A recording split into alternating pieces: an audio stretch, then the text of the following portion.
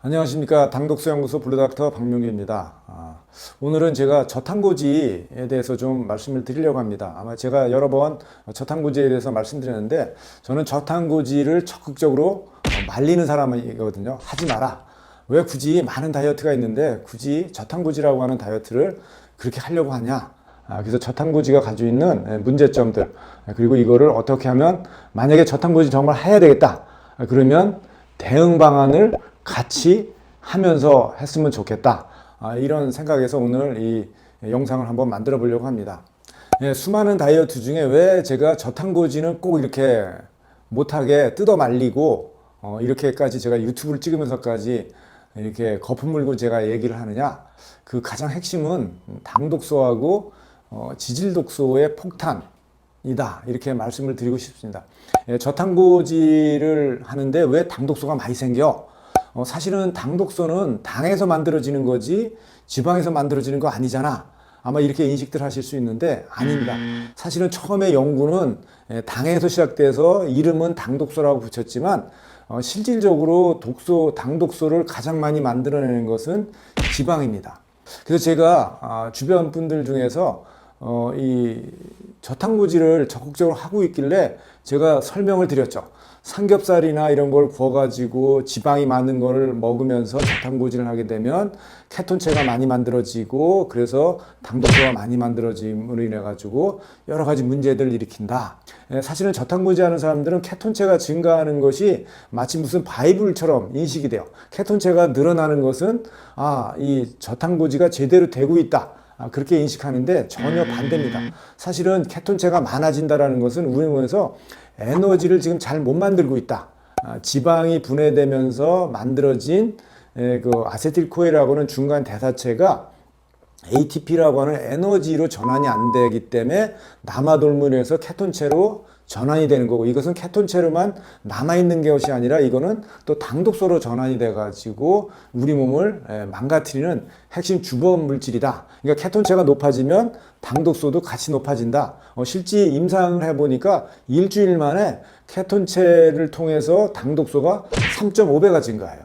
그 다음에 2주가 지났더니 무려 거의 8배 가까운 당독소가 증가를 하더라. 이런 과정들을 통해서 저탄고지는 절대 하면 안 된다라는 것을 제가 1차적으로 말씀을 드렸고요.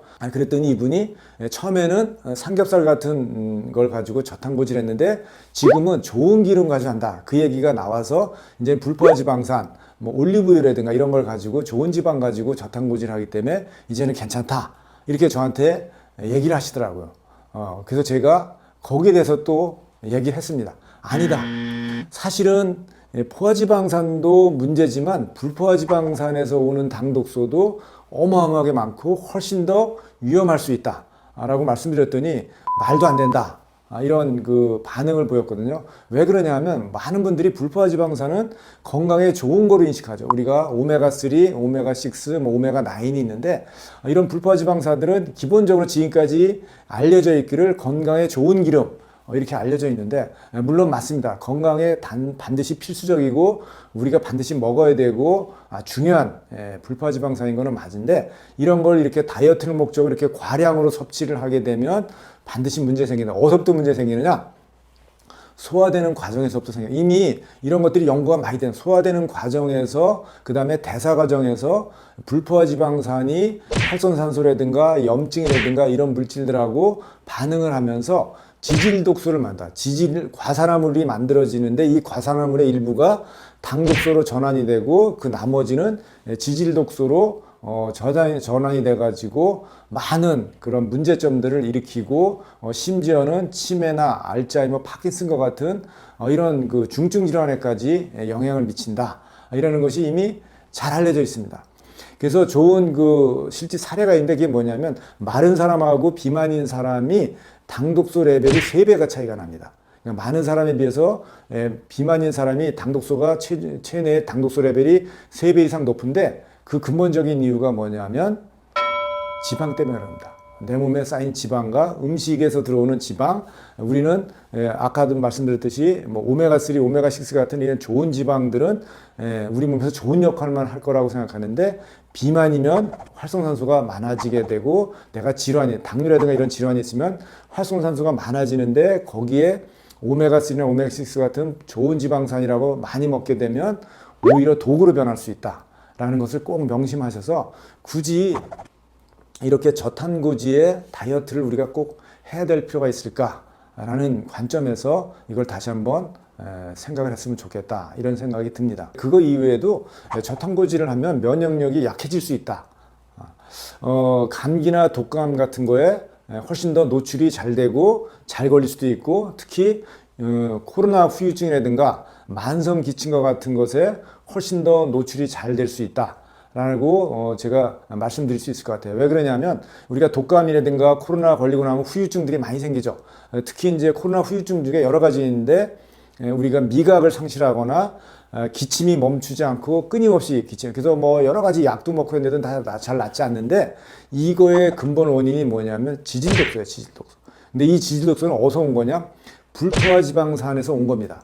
그러면 나는 이렇게 독감 걸리고 코로나 걸렸을 때 지방, 그 불포화 지방산 뭐 오메가3나 오메가6 같은 거 거의 안 먹었는데, 그래도 이런 것들이 오는 이유가 뭐냐면, 안에서, 우리 몸 안에서 바이러스가 침투해가지고 면역 세포하고 싸우는 과정에서 정상적인 세포들이 많이 죽어나가죠. 죽어날 때 세포의 바깥에 있는 세포막은 다 불포화 지방산으로 둘러싸여 있습니다. 이 막이 터지면서 이 코로나라든가 독감이라든가 이런 오는 바이러스들이 공격한 이 활성산소들이 이 세포막에 있는 불포화 지방산을 공격하면서 지질독소나 당독소를 많이 만들어내고, 이것이 우리의 점막을 공격하면서 후유증들을 만들어내는 그런 결과인데, 저탄고지를 한 사람들은 이미 그것이 너무 많이 노출이 되어 있는 상황이기 때문에 이런 감기나 코로나, 독감 같은 게 걸렸을 때 오히려 잘 낫지도 않고 후유증에 더 많이 노출될 가능성이 있다, 이렇게 보시면 될 것 같습니다. 그래서 저탄고지를 굳이 해야 된다 그럼에도 불구하고, 그렇다면 치료 목적으로 단기간 내에 하는 것은 뭐 권하지만, 장기적으로 하는 것은 저는 여전히 반대한다. 그럼에도 불구하고 꼭 해야 되겠다. 그러면 저는 해독 시스템을 강화를 하면서 저탄고지를 하는 게 좋지 않을까, 이제 그런 생각합니다. 그러면 뭘 먹으면, 저탄고지 하면서 뭘 먹으면 괜찮을까요? 그러면 제가 이제 말씀드리면, 첫 번째가 비타민 A나 비타민 E, 글루타치온과 같은 항산화제를 적극적으로 섭취해라. 이런 것들이 지질독소나 당독소로 넘어가는 것을 막아주는데 도움을 줄 수 있다, 이렇게 되고요. 또 하나는 당독소나 지질독소를 해독하는 유산균, 혹은 이거를 퀸칭해서 없애는 아미노산 같은 거를 적극적으로 섭취를 하면서 저탄고지 다이어트를 하게 되면 후유증을 최소화하면서 몸을 건강하게 저탄고지를 할 수 있지 않을까, 이제 그렇게 생각을 합니다. 마지막으로 한 가지를 더 추가한다면, 저는 운동을 적극적으로 저탄고지 하면서 하셨으면 좋겠다. 운동을 하게 되면 당독소라든가 케톤체가 만들어지는 양을 절대적으로 줄여줄 수 있다. 그리고 운동을 하게 되면 우리 몸에서 에너지 대사가 잘 활성화되기 때문에 더 오히려 힘들 거라고 생각하는데, 오히려 힘들지 않고 다이어트를 잘 해나갈 수 있지 않을까, 이제 그렇게 생각을 합니다. 네, 오늘은 제가 준비한 내용은 여기까지 하도록 하겠습니다. 감사합니다.